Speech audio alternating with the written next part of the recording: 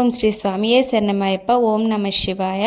ఇలా శివాలయంకి సముద్ర స్నానం చేసేసాక శివాలయంకి వచ్చామని చెప్పాం కదా.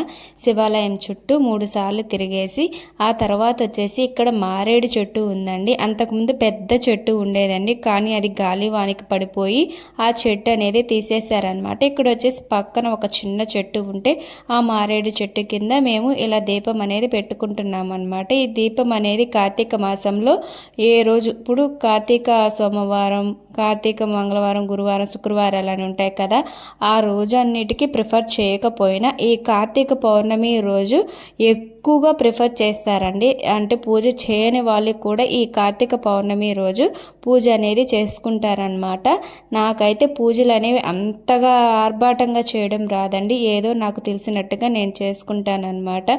ఒకరిని చూసి ఒకరు చేసుకోవడం అంటే అది చాలా తప్పండి. మన మనసులో భక్తి అనేది ఉంటే మనకి నచ్చినట్టుగా ఆ దేవుడికి మనకి ఎంత భక్తి మనసులో భక్తి ఉంటేనే ఆ దేవుడికి కూడా నచ్చుతుంది అనమాట. భక్తి లేకుండా పైన ఆర్భాటాలు చేసుకుంటే ఆ దేవుడు ఎలా మెచ్చుతాడండి. అందుకని చెప్పేసి మన మనసులో భక్తి ఉండి భక్తిగా చేసుకుంటే సరిపోతుంది అనమాట. ఇక్కడ వచ్చేసి నవగ్రహాలు కూడా ఉన్నాయన్నమాట. నవగ్రహాల చుట్టూ తిరగలేదండి, పూజ చేసేసుకుని అలా దీపం పెట్టేసి ఇక్కడ వచ్చేసి శివాలయం అండ్ శివుడు అనేది గుడి కూడా ఓపెన్ చేయలేదన్నమాట. మేము పోయేసరికి ఆ గుడిలో ఉండే ఒక ముసలి అవ్వకి హెల్త్ బాగాలేదని చెప్పేసి ఇంకొక పూజారి ఉన్నారు. ఆ పూజారి అప్పటికి గుడి అనేది తెరవలేదన్నమాట. ఇప్పుడు వచ్చేసి మేము దేవుడికి దండం పెట్టేసుకొని ఇంటికి రిటర్న్ వచ్చేసామన్నమాట.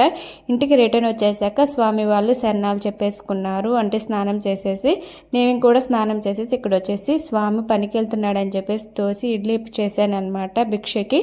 ఆ పెద్ద స్వామి ఏమో పనికి వెళ్ళిపోయాడండి. ఈ చిన్న స్వామికి ఇప్పుడు స్కూల్కి వెళ్ళాలి కదా. ఈ చిన్న స్వామికి కూడా ఇలా ఇడ్లీ దోశ అనేది భిక్ష అనేది పెట్టేశాను అనమాట. అండ్ చట్నీ అనేది పల్లీ చట్నీ చేశాను.